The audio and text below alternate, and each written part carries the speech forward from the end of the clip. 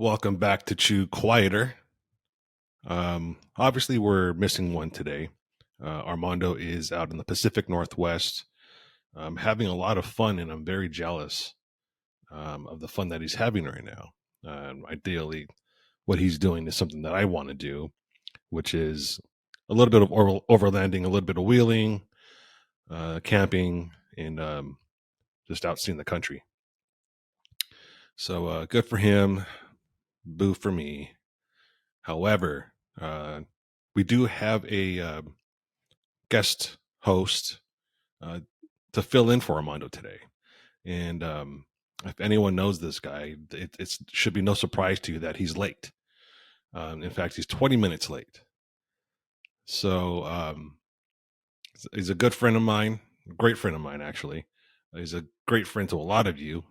So as soon as he comes on, we'll have to do an introduction and we'll get an explanation why he is 20 minutes late. 5 minutes later. All right, so here is our fill-in guest today on Chew Quieter. His name is Sasquatch. Welcome to the show, Sasquatch.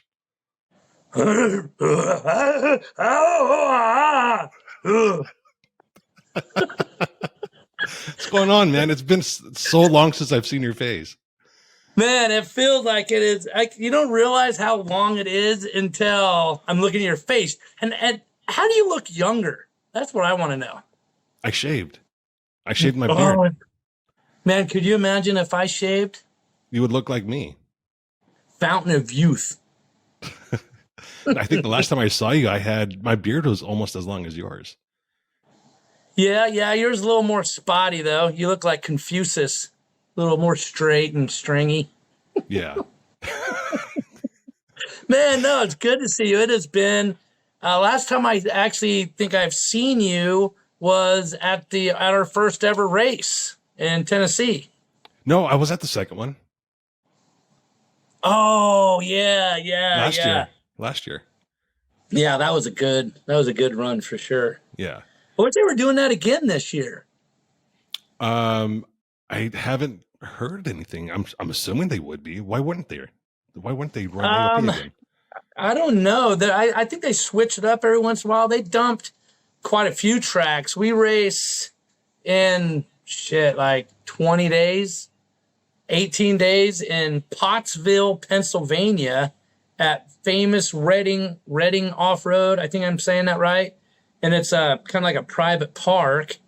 And, they always make you nervous as a driver in that class. Like every race, the next race is going to be super technical and super crazy. So, I'm excited about going to see. They said this is supposed to be, it's going to test all my rock climbing abilities.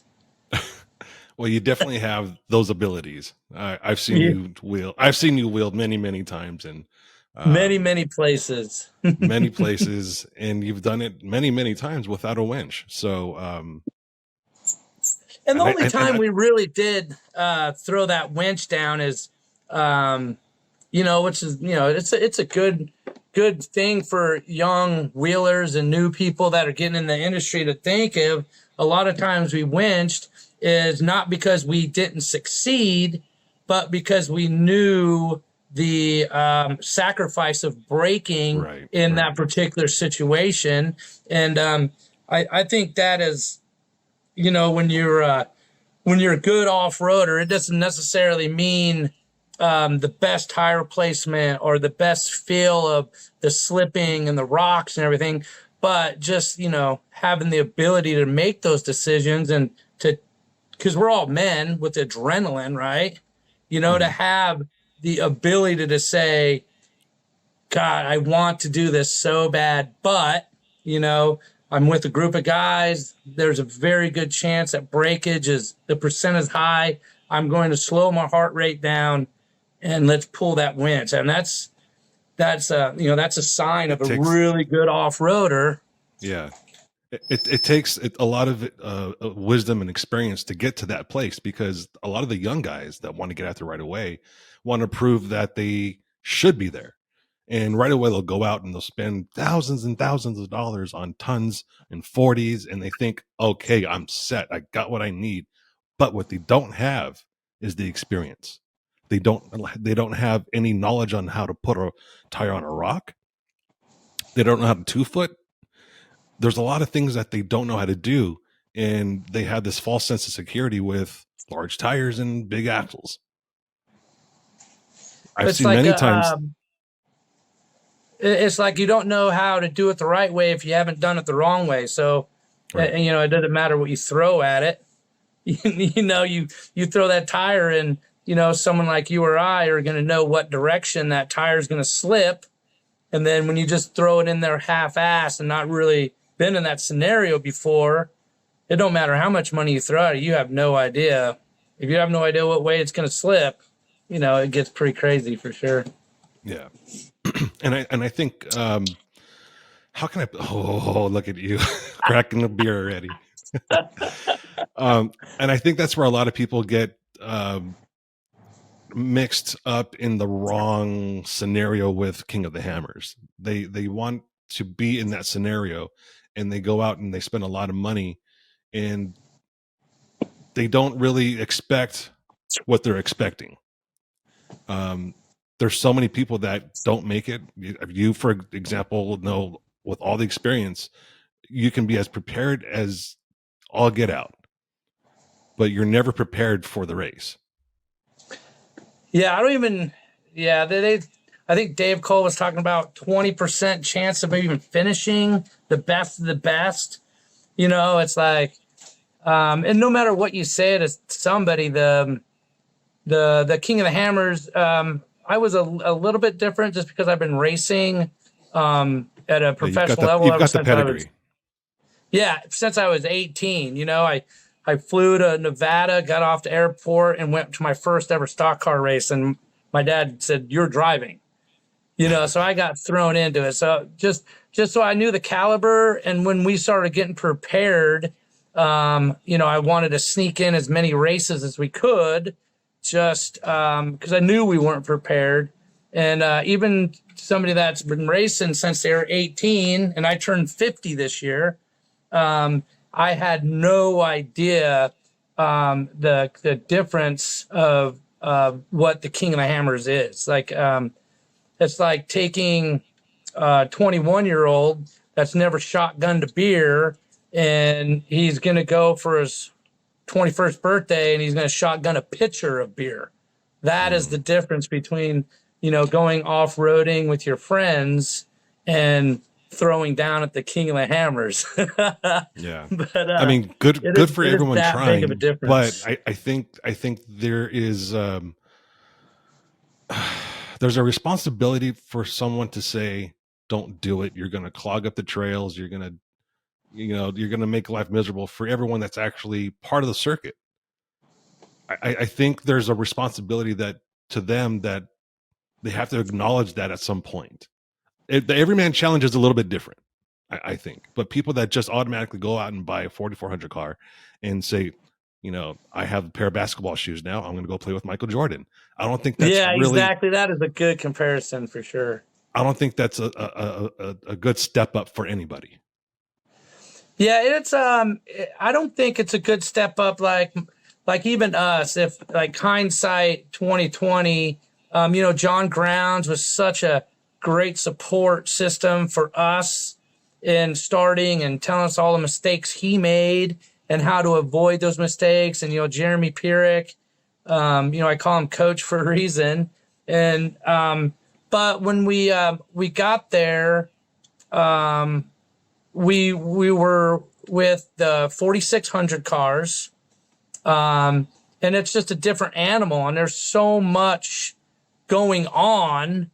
Everybody, it's almost like Lord of the Flies, or everybody's on it for themselves. I mean, you're throwing in a dogfight, and we were going and trying to do what we got. And like, it's some of the guys, like that rookie program they just started with, when you get teamed up with a seasoned racer. This will be our third year And I would say we're not even able to bring on somebody new and would be helpful for them. I mean, you need somebody that, if you have the money to go to the Hammers for the first time, you really need to find that seasoned racer that's raced it 10 years in a row, 15 years in a row, and get under that wing and, shut your mouth, open your ears, because the learning curve is, like you said, throwing by some basketball shoes and jumping on a court with Michael Jordan. You're going to think you're in a boxing match instead of a basketball game when he gets done with you. Right. And that's what it is. You get thrown in. And when they throw that flag, man, it's like getting hit with like a firework. It's just a blast of, energy with the excitement. Shit, I think the first time I raced, I don't even think I made a half a mile and I already peed my pants 3 times. Was that just to keep warm though? Yeah, it was free. Yeah, it was pretty cold when we started it, but you get hit with so many emotions. It's just overload. And if you're not able to handle that situation, that first hour of the Hammers will make it to where you'll never go back again. It's emotional overload. And then, the first time you make it to one of the remote pits, or you actually go to a pits, and that's not so true just the Hammers. That's any Ultra 4 race. Once you get back to the pits, that is like you think you just made it through the trenches of a world war, and now you're back to reality. I mean, it is nuts. It's just everything comes at you so fast. I mean, obviously, I haven't run a Hammers race or anything, but I think the only thing I can compare it to was our time in South Dakota. Oh God, was it T-back that we were on? That it just went forever. There was like 30 obstacles. Was it T-back or? No, T-back. You're right. I think it was 64 obstacles. Yeah. But it's not T-back though. It was. Oh my God, I'm drawing a blank. Yeah, T-back. It was behind Mount Rushmore. Yeah. That was T-back. But it wasn't T-back. There was another one next to T-back. T-back was the one we didn't run. Bikini. No. I thought we did T-back and the other one was Bikini. I can't remember now. Because that's what... I got to stop telling stories. But no, I think it was... Are you right? It was T-back and Bikini. I don't remember. But anyway, on that trail... stripper names. But on that trail, I remember Josh Huntley saying, yeah, there's 30 obstacles on this trail. And we got to obstacle 30. I was like, okay, I'm tired. I've got this camera. I hiked the entire trail. And we finished obstacle 30 and it kept going. And I was like, no. Yeah. I want this to be done. And I think everyone wanted that trail to be done halfway through it. Yeah, so imagine that, the way we felt that, but instead of, us getting out of the car and look at the obstacles and, figuring out the best run, looking for the best camera views, you're in there, we're sitting next to each other. You have a computer screen that gives you a rough description on how to do that climb. And because a lot of stuff, it's like you feel like you see it for the first time because, every day that desert changes, so it's like starting that T-back. And I'm pretty sure it's T-back. That's what I'm going to call it anyway. So we have to look back. But it's like starting that and you're actually racing. Like you're like that is the object of that situation. And the difficulty of the trails on Ultra 4 are a lot like that. I mean, you look at them and you're like, how is this even possible? And you look at your co-driver and you're like, dude, are we on the right trail? There's no effing way we're supposed to do this. But yeah, good point. And then, we're running for 8 hours. Yeah, it's a long time. Yeah, it's definitely we got to go back to that. We always said we were going to. You know what? Yeah, we do. That Rob was Ryan, I still talk to that dude a lot. Like I like old Rob a lot. He's going to South Dakota this next week yeah. or September weekend or something. Yeah, with Alex Benai. And I don't know who else is going, but I think a few more people are going. Well, if Alex is gone, it must be a BFG thing. Maybe. How did I don't Rob know. get invited? That's not a BF. Oh, he has BFGs. He has Reds, I think, on one of his buggies. He might Yeah. still have them, unless I don't know. That guy sells tires like every other week when he's like bored with them or something. Yeah, we got to The get everybody pillow out with there at arms the and legs. Hammers because we're like second year, and then this third year is exciting. My girlfriend Michelle, she's going to be out there for the whole time, and it's my 50th birthday, and it would be our Nice. third King of the Hammer. So hopefully, now that we've got everything under control, we can actually enjoy some of the events at the King of the Hammers. I still haven't seen the dirt bikes. Have you ever seen that where they Yeah. race? They race mini pit bikes around. I haven't even seen that yet. Or the backdoor challenge. Right. Or it's so fun. Say backdoor challenge. That's Isn't it always a it's gotta challenge make to me go in the laugh. back door? Can I Wrong climb up the hole. back door? That's not it. Feels like a dolphin. So, but I haven't even. So we haven't to get to see that in the hill climb. They have the hill climb when they race, and like I have not. I have yet to go to any of that stuff. Mhm. And we're out there for 11 days in the middle of the desert. And there's so much work that we're working the whole time from the moment we wake up and it's 40 degrees till 80 degrees in the day and then freezing cold again at night when we go to sleep. You didn't And mention the wind. what's that? You didn't mention the wind. Oh, okay. So I'll tell you a horrible little deal. So I'm staying. I got the my race trailer is that black rock crawler trailer, that big 44-foot Yep. rock crawler trailer. So I'm sitting there and I'm sleeping in that.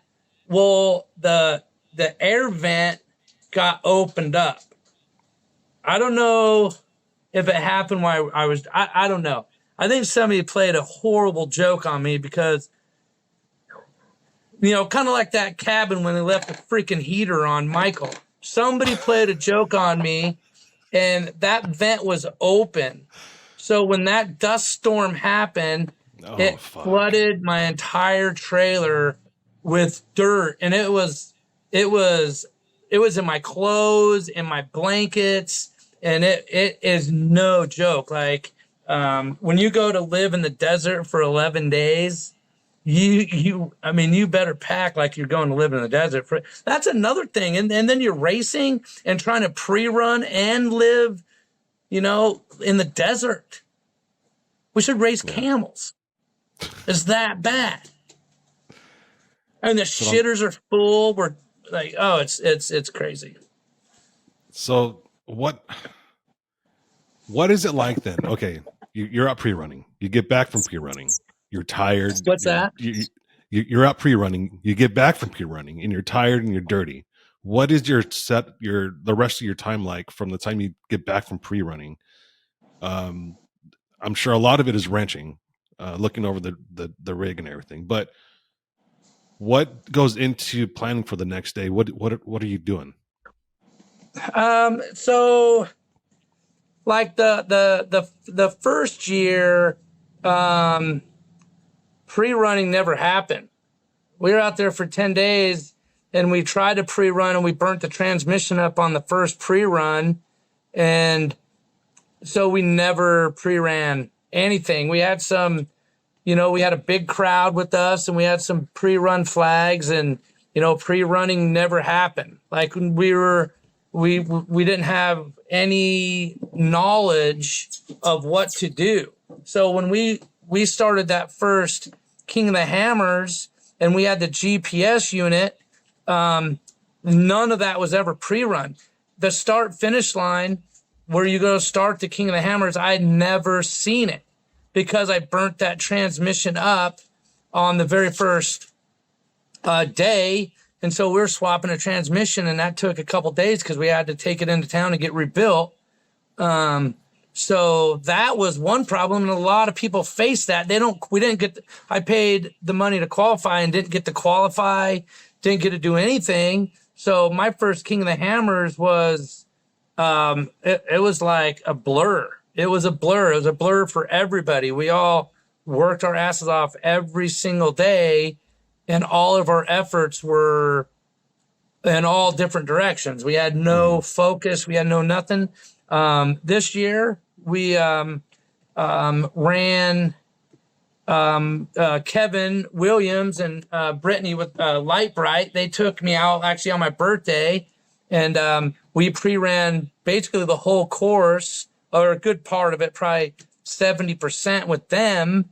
And we ran the desert loop, and I was in a side-by-side. So we ran the desert loop in a side-by-side. And well, that thing was so stinking fast. I learned that was good to pre-run it, but I also learned that we need to take and run the desert, the 100-mile loop or 80-mile loop or whatever the desert is. We got to run it a lot slower and then figure out what's going on, because when you're in 1,000-pound, or I don't know what's side-by-side weigh, and you could go 80 miles an hour without even making a blink, and we're like super impressed with how badass this thing. And then the race starts, and I'm in a 5,500-pound race Jeep.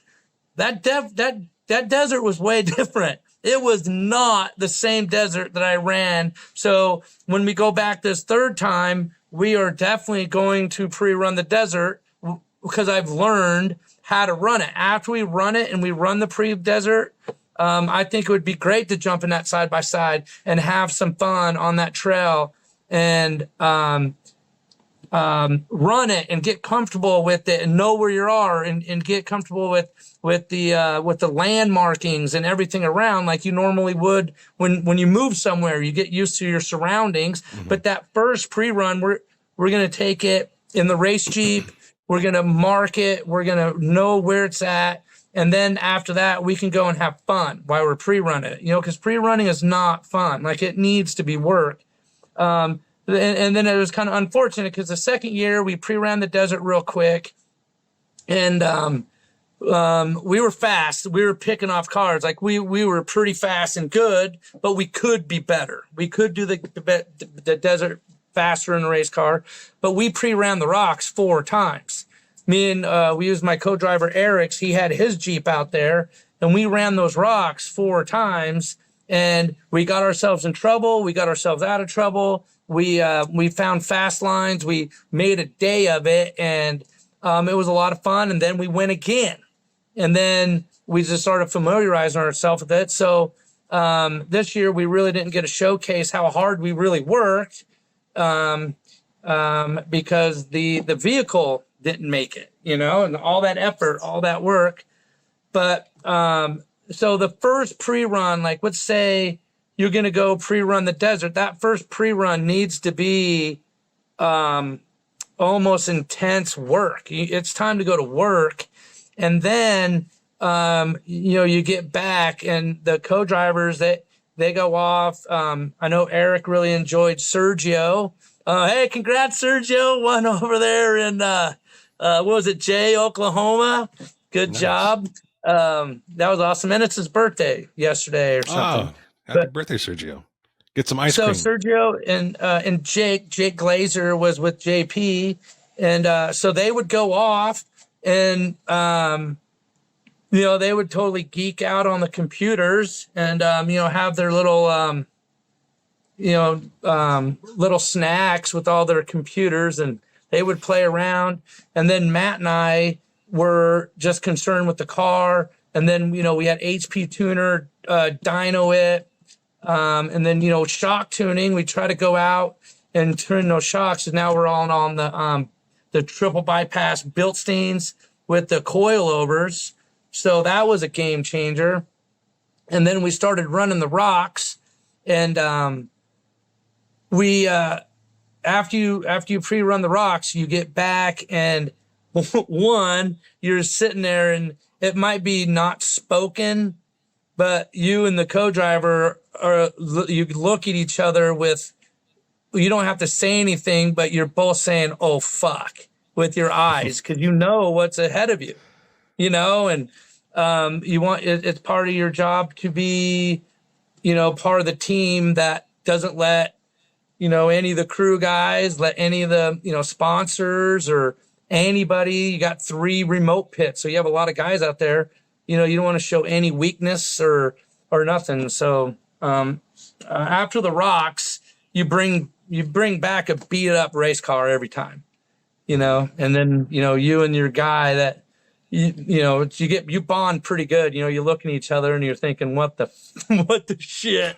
We got a race in this. This is absolutely ridiculous. I mean, the King of the Hammer is just, it's like Carnage Canyon. And there's 4 of them that you have to do. Mm-hmm. It is that gnarly. So your initial plan when we first talked about you racing again was you were going to drive your Jeep to the Hammers, race, and then drive your Jeep back home. How foolish does that feel now? You know what? If somebody, I'm not dead yet, but I'm not prepared to make that happen yet. What do you think it would take? Well, one, it will, it would absolutely take, preparation, like no other. Like, obviously, if you have a car, if you have any car, oh God, that's a shitty statement too. So I was going to say you take any car, and if it finishes the King of the Hammers, it very well should drive there and drive back. That's a piece of cake. But then you think about people on the podium that finish the Hammers and they shut their car off and the engine blows up, or they come by with flat tires, bent drive shafts, bent ball joints, the steering is broke off, sway bars are broken off. So, I couldn't, like the drive there would be the easiest. That's about the only thing. You could drive there, start the race, but it would take a lot of balls to get in that car and try to drive on the interstate, because, man, you never know what might happen. The whole engine might fall out of the thing. It is absolutely eye-opening of what it really takes. And we're just scratching the surface. Yeah. Just from, gears in the transfer case, or just knowing like, what do you think? Because I don't even know this question. And I've been, this our second years coming up on the 3rd King of the Hammers. And, you're starting in the desert, right? Mm-hmm. So do you start the race in 4 high, 4 low, or 2-wheel drive? Like, do you start the race? And I didn't even think about that question. And that's a simple question that I should know my whole life. If you're on the snow or something on the interstate, and you have a race car, or not a race car, you have your Jeep, and you put in 4 high, right? And then whenever we hit the dirt and we go rock climbing, you put it in 4 low, right? Mm. But in the desert, I was watching a thing. Casey Curry was doing a walkthrough about his race car, and he said something about running the desert in 2-wheel drive. And then I'm like, shit, man, am I like, why would I not run the desert in 2-wheel drive? But I don't know. What do you think? I mean, you think that's the way, but then is a Pro 4 truck not faster than a Pro 2 truck? And do they run 2-wheel drive? Or, I mean, I don't know the answer to that question. My brain wants to tell me that I would be under better control and I would be faster, easier on the car itself. I can't believe I call my Jeep a car. But so it would be easier on the equipment, better fuel mileage, faster, and everything if I started that race in 2-wheel drive. I don't know. What do you think? Did you ever think about that?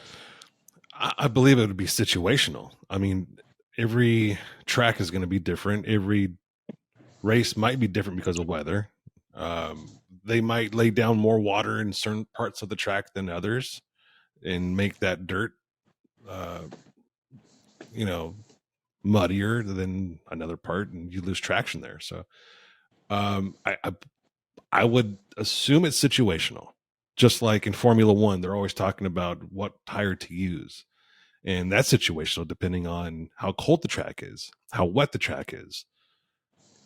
I think that translates just about every racing aspect, whether it be on 2 wheels, 4 wheels, or fucking roller skates. And I wonder if you, like, I think hopefully, because we're going to be so much more prepared for the Hammers this go around than the last go around, and definitely from the first go around. But, I mean, we're going to, I guess we're going to try our own thing, because I've been thinking about, doing shock testing or being in the desert in 2-wheel drive, because you would think it would unbind the front. Yep. The front. Do I still have you? Oh, there you are.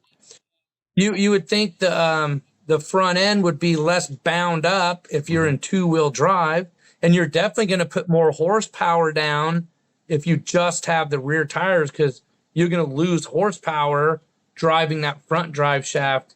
And I know we run the front, the desert, we don't lock the front up, so it's not, it's not like we have a locker in the front, or I'm sorry, a solid spool. It's a locker. We have a spool in the back, but I don't know. Like, if you do shock testing in 2-wheel drive, and then you find out that's not the right way, and you're stuck running a 100-mile loop in, because your shocks are tuned in 2-wheel drive. You tune your shocks for the desert loop, not the rock climbs, right?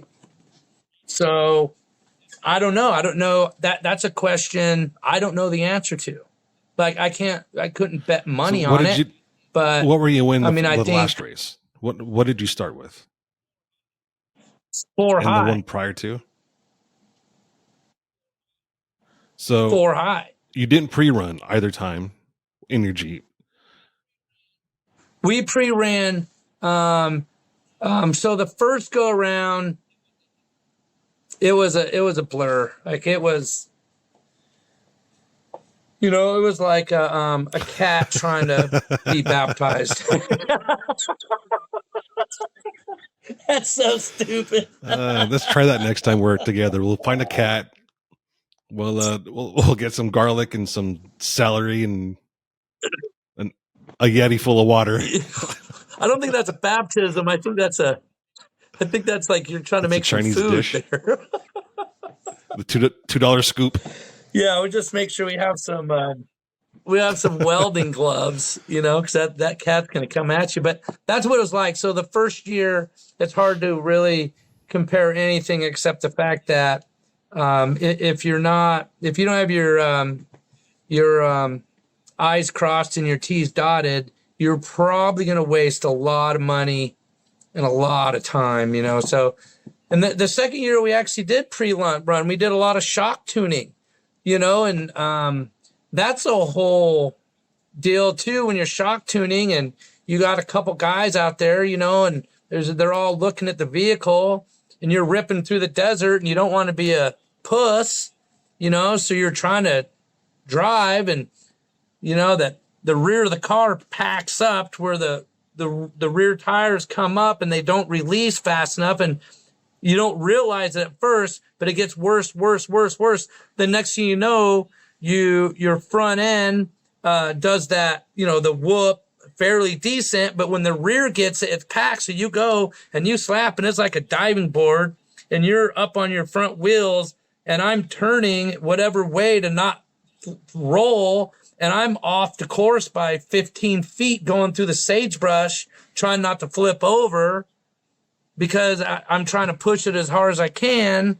But and you don't know. I mean, what's too much? I guess that's just, the racer in somebody to be able to keep on pushing it that hard. But like we're just shock tuning, you're trying to go fast. And sometimes when you're not close, it's scary, and somebody is looking, and you're like, I feel like, they ask me, I don't have the language, and, and like, Jeremy will ask me, hey, what do you feel? I'm like, man, I feel like I almost got bucked off that horse, man. I felt like I just got bucked, and I was trying to, it was bad. I was, bad. And I think so he's looking for, I think the rear end needs to be stiffer. Do you need more rebound? Do you need more compression? And so you don't know how to express that. So you're just like, it's the fucking Bronco kicking me off the thing. Is that what you're saying? Yeah. Yeah. And so Jeremy knows I don't have the language yet, but he is so far ahead of me on a lot of things that we do. And we have a good relationship like that. Like, he asks my opinion about some stuff because our brains are like, if he's right, I'm left. Our brains think that, different. So he's one step ahead of me whenever we do it. And he allows me to answer the questions, and then he will, kind of not in a way that is going to hurt my feelings, but JP's going to hurt your fucking feelings if you ain't a man. You know what I'm saying? So you better tighten your belts. And I'll talk to him. I'm trying to, I don't say a bucking horse. I try to, because I'm a mechanic. I'm very mechanical. I know how it works. So I'm trying to explain to him, what's it's doing. And he doesn't actually laugh at me, but he goes, all right. Do you want me to tell you what's really happening? and then he starts talking to me, and then I'm like, and at first the man in me, I want to argue, but I don't want to argue. I want to learn. So I'll say something, and he goes, it feels like that because of this. And then him and Matt, the crew chief, you met Matt. He's been here since the start. He's like a sponge. He just absorbs knowledge. And so him and Matt get under the car, and they start opening up the compressions, rebounds. I don't know what they're doing because I'm not there doing it. They're doing it, but I'm learning what happens, and I know what they're doing. So I'm learning, and then next thing I know, let's say, we're hitting 3-foot whoops at 50, 55 miles an hour, 1 whoop, 2 whoop, 3, 4, we're flying over the bars, feeling like you're going to die, and it is like that. You feel like you're going to freaking die. You bring it, they dial it in, the, I call them blocker rings, but the transition rings, those play a lot into how the coilovers work, and how it packs up and stuff. And then, we're going, and now we're 60, 62, 63 miles an hour. It's bang, bang, bang. And now we're 4 or 5 whoops deep, and now it packs out and throws us up again.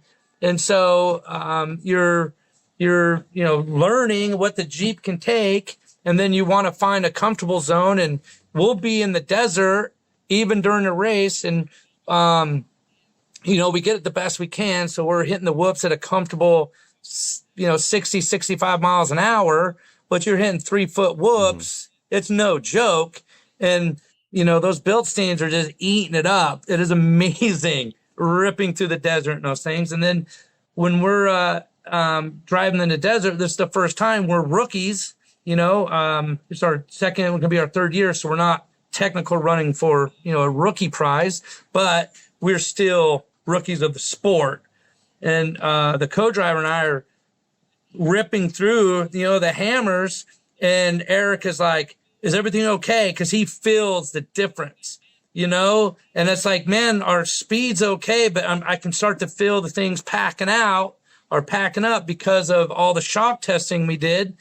And then we just start talking, we're like everything feels fine. We didn't hit nothing big. He's like, well, let's just back it down for a little bit. So we go from, 62, we back it down to 52 or 55. And, or we get a smoother set of ground, and we can actually feel the suspension come back to us. And then, you see you're catching up to somebody's dust. You don't know who it is, and I'm like, fuck it, it feels good. He goes, hammer down, and we start hitting it again. And sure enough, the suspension comes back. You can actually feel it come back. So that was something new that we experienced this year in the desert, that I'm excited to bring that experience and knowledge a little bit further. So there's an expression that I've heard from different racers that I've known. When I was a kid, there was a guy that lived down the street from me that, what's that dirt track that slides around? I don't know what you call it. Tony Stewart retired from NASCAR to go race that shit.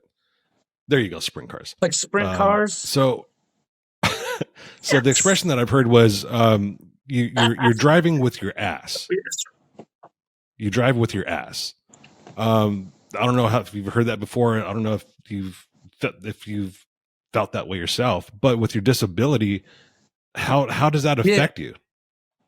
I don't feel my ass. Gabe. I'm hurt, man. You cut me. Cut me deep, but I can't feel my ass. No. So actually, I can feel that transition in the car, but no, like I don't feel my ass. But it's crazy that you're saying that, because Eric tells me all the time. He's like, dude, I'm starting to feel it pretty crazy in my ass. He goes, my ass is starting to get freaking rattled over here. But I feel the car is stable. So it's actually a pretty good compromise that I didn't even think or recall that Eric talks about that all the time until you brought it up. But Eric, that's something he says a lot. And he's actually modified his seat, and he did my seat too, because if he feels it, my body must be going through the same abuse, right? So he modified both the seats because it's all about that compromise. I don't feel it. I don't feel it. I mean, I could probably get spanked by a gorilla. I don't know. I was thinking of something that had a big, strong arm or something. Like that was weird. I don't think you'd want to get spanked by a gorilla. Let's say a dominatrix. That'll probably be better. And with a big boat paddle. Yeah, so I could take that. I would be the buddy that would take the ass whippings, So, but So, but I'm a car person, so I am feeling what the car has to offer, and I can go. And then Eric's, he's like, hey man, he talks about that. He's like, hey man, we're going through the abuse. Like I can feel it in my ass. Like the suspension's starting to fade again, and then sure enough, here comes one whoop, two whoop, four whoop, boom. I'm up on the freaking wheels again. So he feels that before I do. So, it's a pretty good little compromise of, you're trying to push it to the very edge, when you're racing, you want to push it to the edge and then, back it down just a little bit to, make it. But yeah, so when we're going to the desert Eric brings it up and he uses that terminology 100%. So let's switch gears really quick. Ironically, you sent a message in a group chat that we're in from the Onyx, reminding us that you were being accused of being late again. And you show up to the podcast today late. Oh my God. So, I have nothing, because it always appears, but it's happened for so long and so many years that I would think my friends would adjust to me. I did a little bit. I did a little bit, but you were still off by like 10 minutes. Yeah. Well, I tell you what, one thing that took me a while was once like you know me, you have to talk me through how to send you an email. You a link to a thing to download an app. So when I downloaded, so that was kind of tough for me. And what is SSO? What? SSO. I signed in on SSO. Single sign on. Oh. Single system Yeah, sign on or something. Authenticity thing or some shit. I don't know. You're asking me these questions. You should be asking Travis. Travis is the network guy and IT guy and computer guy and all that shit. Yeah. I don't know. I think if I wanted tips on traveling these days, I'd call Travis. He's like the world traveler. I saw pictures of his last trip, and I was like, I want to go there. I don't know where you are, but I want to go there. Yeah, I'm happy for the guy. He's really happy right now. No, it looked like a lot of fun. Got a new fiance. He's very happy. I mean, every time I see a picture of the guy, he's smiling. So I'm stoked for him. Yeah, super stuff. Everybody in our little situation's doing really well. I mean, you just bought a house. Yeah, and Is that it there? This is my office. One of these days, I'm gonna do a video of it. It looks the same. You must. Yeah, one of these days, I'm gonna do a video of my office and kind of show it off and that sort of thing. But right now, it's still 90% complete. It's not 100%, so I don't want to show it off just yet completely. But yeah, I bought a house. That's one reason why I really haven't been on social media for a while. Is I've been focusing on myself for the longest time. I hadn't, and I was focused on creating videos for Crawl 5280 and other companies like Rockcrawler and you name it. So I wasn't really. Yeah, Kingdom Crawl is actually pretty doing good. Like. We play it here at the shop a lot, and the views are really starting to get good. And when you watch that series, you did such an amazing job on that. I think the longer time goes on, I think it's going to really come out on how well put together those 3 seasons really work. I'm not done. I'm not done. Don't pretend like it's dead or anything. I want to bring it back. Like I said, I'm not pretending. I needed to buy a house. I needed a house. I wanted to buy a house. So I focused a lot of my time on other projects that created an income for me, because Kingdom Crawl did not create an income for me. It was just solely trying to get the content out, to show work, to give entertainment. That was the one thing that I wanted to do the most. I wasn't worried about the money. I wanted to have something out there that was entertaining to people, that I felt that was lacking in the off-road content world for YouTube, for anything really, was something that was storylined, something that had a timeline, something that wasn't focus driven on one particular person, something that was going to show different areas of the country, and something that was going to have, a little bit of history on where we're at. Because I mean, why else would we be going to these places if they weren't historical, or if they weren't monumentous for some reason? So I felt like that was needed, and I wanted to bring it out there. And I told my guys, Adam and Ryan, if it doesn't work, it doesn't work, and if it works, great. I think a lot of people understood the concept. A lot of people, more people didn't understand the concept because they just were like, stop talking in the videos and just show wheeling.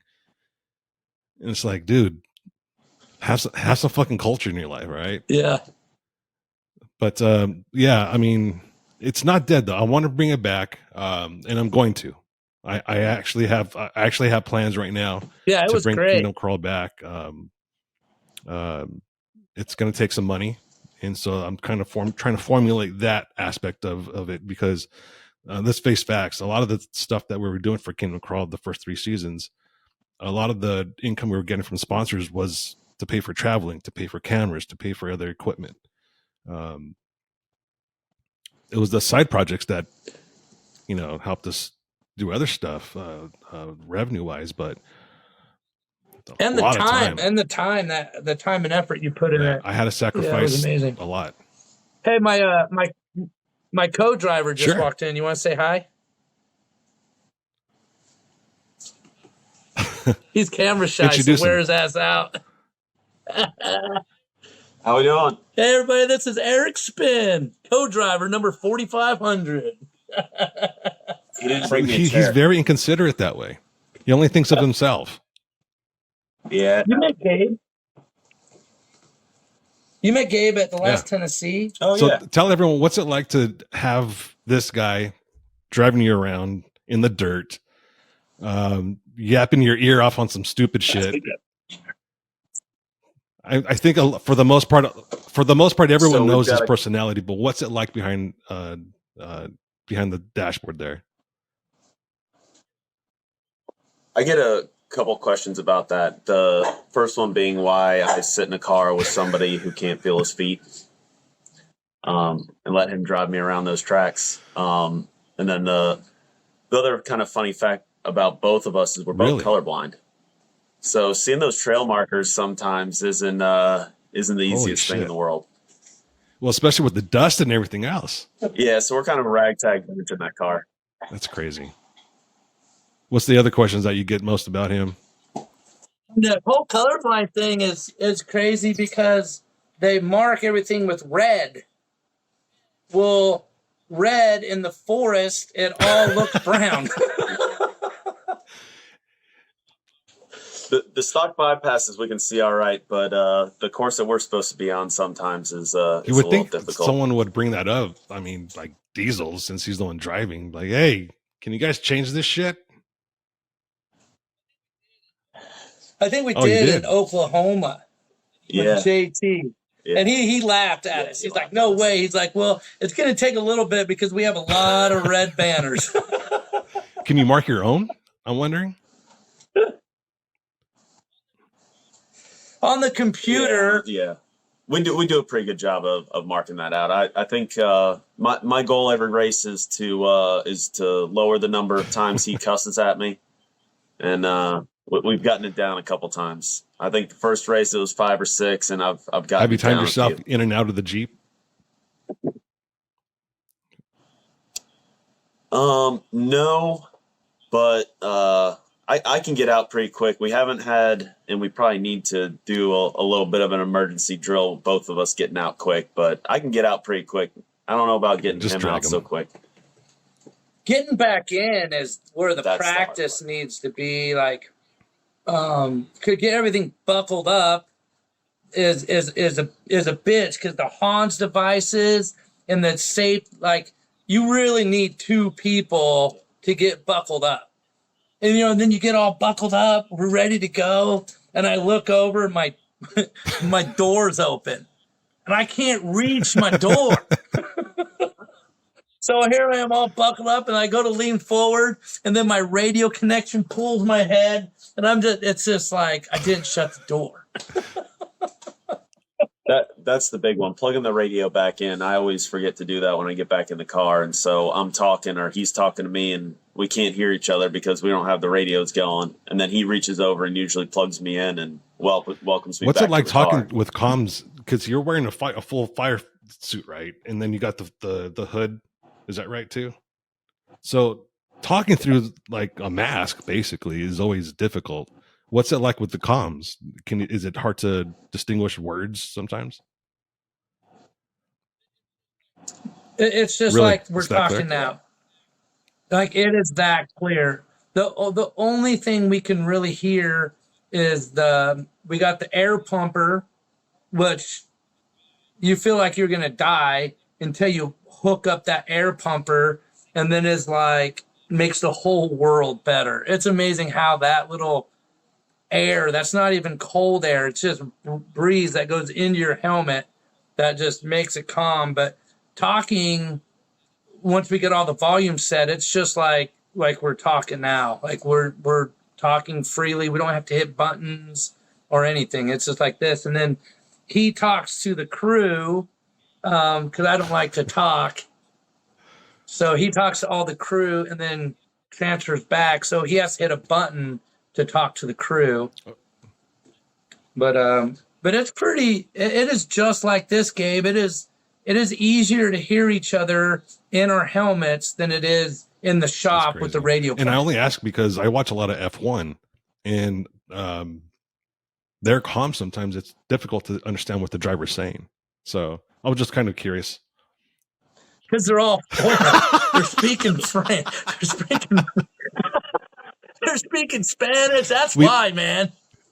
Here, can you hear us now? Hola, ¿cómo estás? Muy bien, gracias. So our intercom between in the vehicle is direct through the intercom box, so we don't have to go over any sort of radio frequencies. Talking out can be hard sometimes because depending on where we are on the track and how well we're receiving and transmitting frequencies, the signals. So sometimes I have a hard time hearing the pits, but we work through that and it usually works out all right.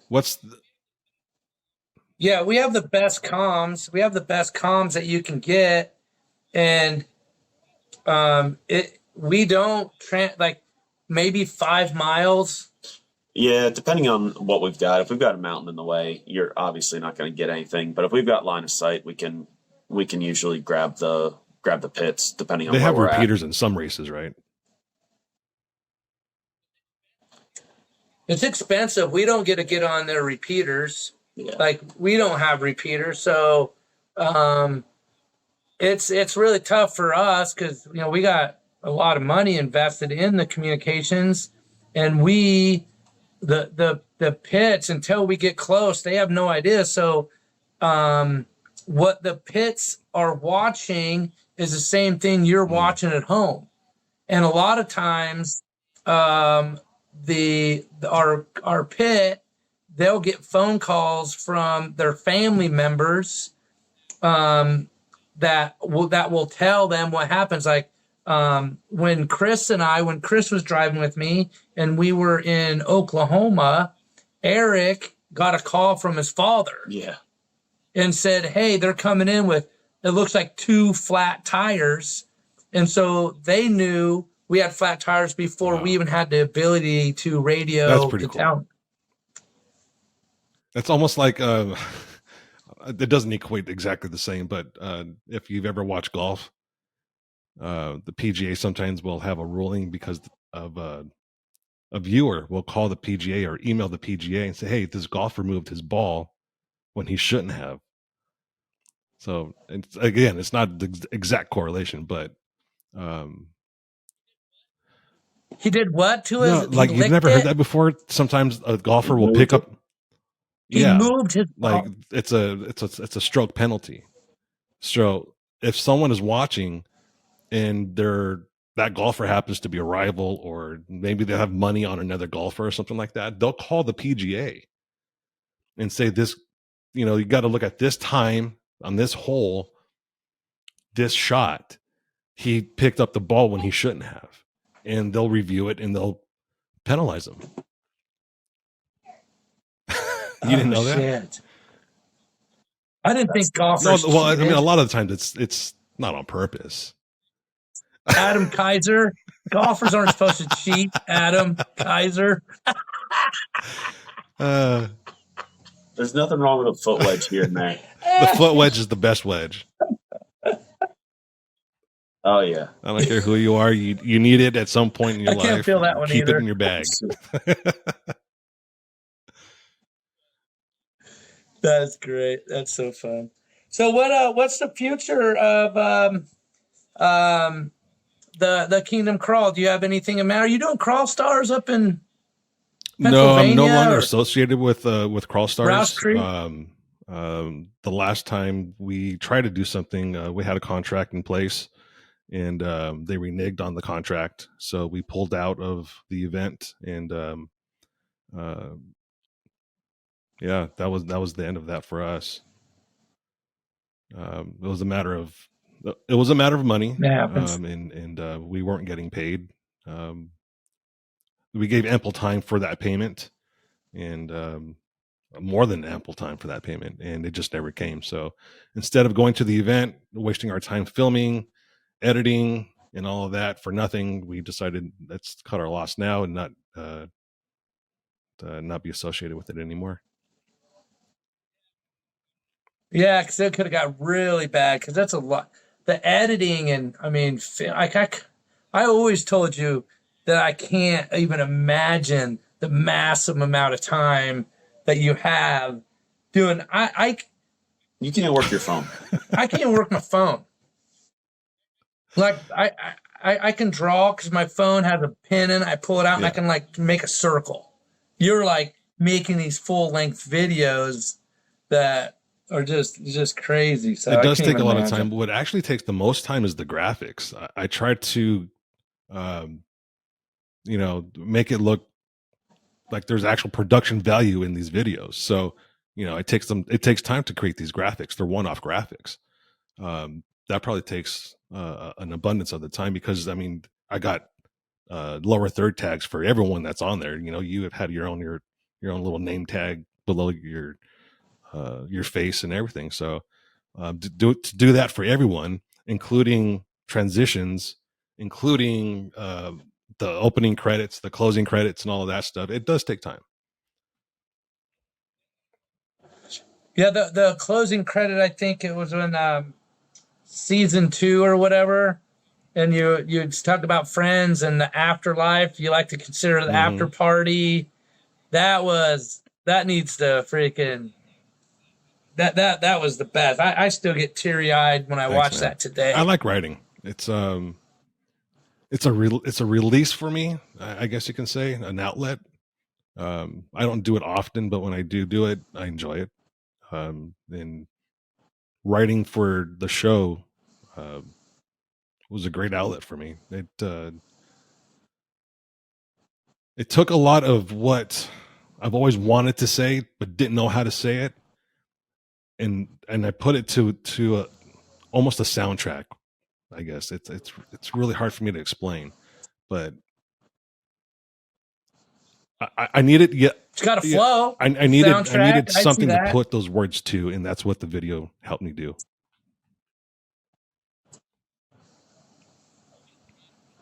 You're getting creative right now. I can see it in your eyeballs. I haven't filmed anything. I haven't edited anything.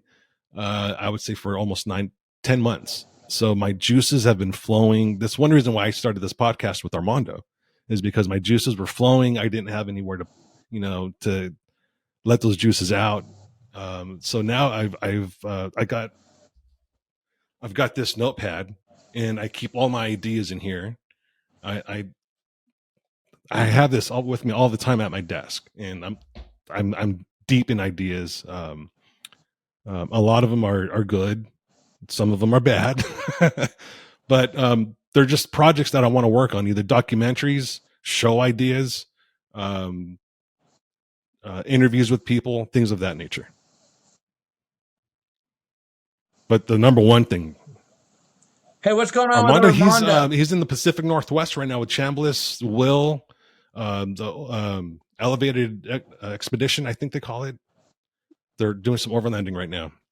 Yeah. They can do all the cool that's shit, why I'm so jealous. I wanted to film that so fucking bad, but they have a good crew right now, and I'm happy for them that everything's working out for their project. So hopefully next time I can get in on it I would love to go out with Chambliss and them guys again and have fun. It's a great group. Well, we're coming to your town or close to you here in a little bit, Pigeon Forge, but at the end of I'm not going to be able August. to make that.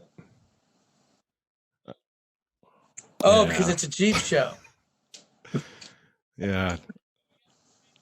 And we got some races. We got Pennsylvania coming up in, like I say, 14 days. I don't know, it's not that long of a drive for you. You leave Friday after work. You can get there Where's for the it at? race Saturday We're in morning. Pennsylvania? Pottsville, Pennsylvania. Pottsville, Pennsylvania. And we're jonesing, man. We haven't raced since the Hammers because we made a vow that we're not going to go again until that the car is ready to go. You know, we keep kind of learning, and we know that we had some stuff that we had to get off-road proof. You know, it's like hot rods on the road, that's one thing. Racing is a completely different. You need racing ignition, you need racing fuel delivery, you need racing bolts, nuts, everything for off-road purposes. And if you don't have it, you're not going to make it. It is nuts. I have never experienced that in racing. When I started a race, I was thinking about how to win. In this off-road, we start the race and it's time to go to work to finish. Let's just try to finish this race. Actual racing, when we're racing with somebody, believe me, we both get tickled pink. We're like, oh God, look, we got him, go. But majority of the time is just trying to keep each other cool, keep each other focused, and it's different than What's your anything, inventory like on extra parts for a single race? You mean in the pits or actually strapped to the car? Both. What's in the pit and what's in the vehicle? So the pit, we got all suspension. We have like a couple, 3 or 4 alternators. We have, resistors, alternator regulators, fan belts, drive shafts. How many drive shafts? Relays, fuses. So the cool thing that I worked with Adams, which, a lot of people ask me why I'm in North Carolina and I ship drive shafts all the way from California for all my customers. It's just because they're the best and they're awesome. And Adams Drive Shaft worked with me on our transfer case yokes and the yokes on the axles, and we actually got it so our front drive shaft is identical to the rear drive shaft. So we have one spare drive shaft, and it will go in the front or the rear. So we don't have rear and front. Yeah. So we thought that was pretty epic. Tires, full set of tires, full set of wheels. Those tires can be brand new at the beginning of the race, and they're absolutely torn up at the end of them. It's nuts. They take so much. What do you have to say about Nittos? Especially at different surfaces. What do you have to say about those Nittos? What's that? To Rob. So I'm a fan of the Nittos just because they hold their ground. I'm not going to say any other tire manufacturers, but a lot of tire manufacturers have really good forward bite. Like maybe even better than Nitto or however you want to say it. But all around, and how we drive and how we go, the fact that a Nitto can hold a climb with a turn and have that side traction to where we can get more technical than with some of the other tires that have a bunch of forward traction, but they slip off a lot. So as far as the race car, we like Nitto just because of the side traction. It just seems like we're not slipping off of obstacles. So when if we're off a little bit, they're more forgiving. We can still make the climb versus some tires that don't have much side traction and they concentrate on all forward traction. So I'm a fan. I'm a fan because of that reason. They're tough. I'm a fan because they're tough, so I don't have to change tires in the middle of the track.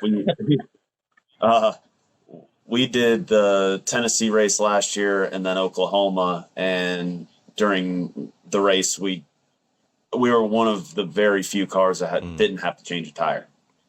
We ran those 2 races on clean tires. We didn't have to change a single tire, and I think we probably, King of the Hammers, we did get a flat, but that was kind of a fluke thing just because. Yeah, I went off. Yeah, we hit something funny. If we were, at race pace, it wouldn't have been an issue. Those tires are just so tough. What is your preferred tool for the vehicle when you're out on the track? I shouldn't say tool, manufacturer of an impact. I know that's a huge debate. Everyone's going Milwaukee right now. Yeah. There's a lot of guys that are still rocking the DeWalt's like I am. What's yours? Yeah. I honestly don't know what we have in the bag. It might be a DeWalt. No, you know what? It might be a Milwaukee. We've got Milwaukee, we've got Snap-on, we've got DeWalt on the tool cart. So we've got a bunch of different ones. I think we probably put the Milwaukee in the bag on the race day, but I've only had to use it once, so I genuinely don't recall what we actually What's have the in worst bag. fear of a break you can imagine on a trail during a race?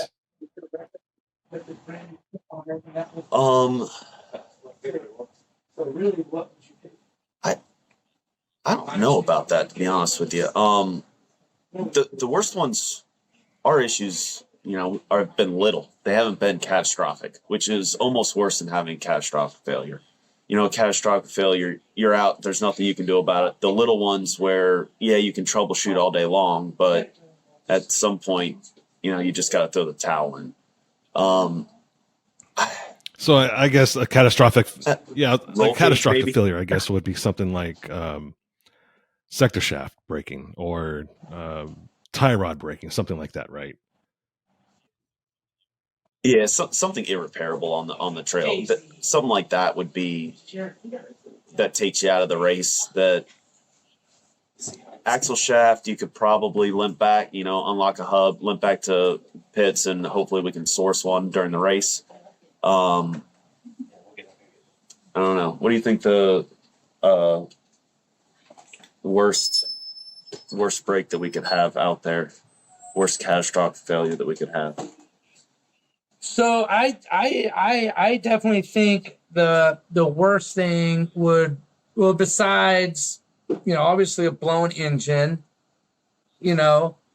but one thing that has happened that we learned the hard way is when we rip the mount off the frame. Oh, yeah, that one. Yeah. A suspension component. If you're on the pipe in the middle of the desert and the suspension component comes loose, or something frame related, a weld or something like that comes loose, and then all of a sudden that axle isn't where it needs to be, and you can tumble quick. Yeah, and that's no joke. Like everyday off-roading, you have your lift kits and it's on and stuff. You go and start getting, we're pretty quick on that off-road stuff in the racing, and you will rip all your suspension right off the vehicle. I mean, it is that much abuse. Like for instance, when we start the race, when we would go off-roading, we would lower the air pressure to 8, right? You have a bead lock, so you can lower it to 8 pounds. You don't have a bead lock, you're going to lower it to 15. we run 27 pounds of air pressure because we're going so fast when we hit rocks. If we don't have 27 pounds, that rock will bend the wheel and destroy the wheel and tire. So get your pinch flats.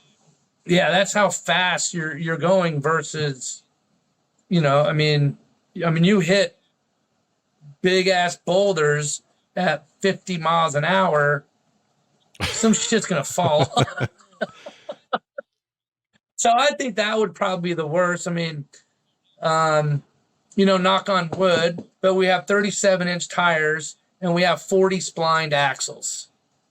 If we're in the 4400 and we're running 40-inch tires with 800 to 1200 horsepower, I could imagine the axles. We've really been in some bad situations, so for us, a flat tire is kind of bad. We get a flat tire because we don't have a 4,000 pound race car with 800 horsepower. We have a 5,500 pound race car with 500 horsepower. So if we get one flat tire, when we're keeping up with these faster race cars, we get one flat tire and it takes us 10 minutes to change the tire. And then we have to go into pits and get another tire. That is huge for us. So if you get a failure and you're not going to make it back to the pits, you know what? That's racing. We're going to start looking for the closest the spectator, and they probably have beer in their cooler, right? So for us, if the object of the sport is to win a race, with our racing program and what we have to do to be competitive, even a flat tire could be pretty detrimental for us to finishing on the podium or not. Where other teams could suffer that flat tire and still even win the race. Yep. Maybe not Crandon or a track like that, but so just a flat tire would be pretty how do you say that word? how do you pronounce that word? Catastrophic. Is it time for another dictionary episode for Diezel? We're still working on his vocabulary. Dickersnoodles. Yeah. Dickersnoodles, gotta love them. Mama Krantz. Dickersnoodles. Yes, all right, sir. Yes, sir. So what's your podcast? What's the name of it? Is the name of the podcast. Oh, I thought you were talking to the dog. We have my little puppy eating right behind you. You said chew quieter. I'm like, hey, Daisy, be quiet. Oh, stop. So the idea behind the podcast was just for Armando and I to just bullshit a little bit and air some grievances and talk shit about people that we don't know and that sort of thing. That's always the best. But dude, this has been fun, man. I'm glad you agreed to come on and fill in for Armando for the day. And I miss you, man. I miss talking to you. I've been so busy with this house and everything, and I know you've been busy too. And we text here and there.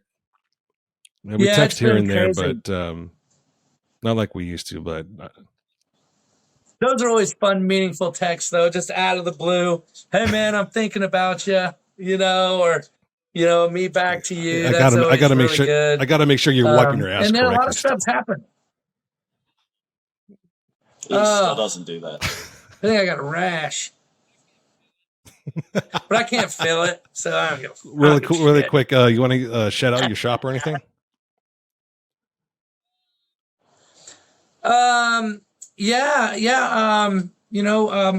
Actually, what I would love to say is, Travis, with his life and stuff, he is really doing amazing things, and he and Jeremy slowed down with him doing the shows and stuff. So it's really exciting. I just took over the Nice. Rock Crawler show rep situation. So we're really excited to take the race car out and show a lot of people around the country the race car. And we get to talk about Rock Crawler suspension and just a showcase on how much quality Stacked Offroad is. And the stuff that Team Stacked Offroad's doing. And me, I'm kind of a showsman, so I hope to just throw a little showmanship in there and make Rock Crawler's boosts a little more fun and active. And stay tuned. You never know what I might think about. So that's a shot I definitely want to throw out as if you are going to those Jeep shows, come by and say hi, and you never know what fun I might have up my sleeve. Dangerous. That sounds like there's a competition waiting to happen or something. We love competitions. I might put a stripper pole for up there. you or for someone else. Oh yeah, I would definitely love to hurt myself on that one. I don't think many people know that you used to be a stripper, a male stripper. Dude ski. Man.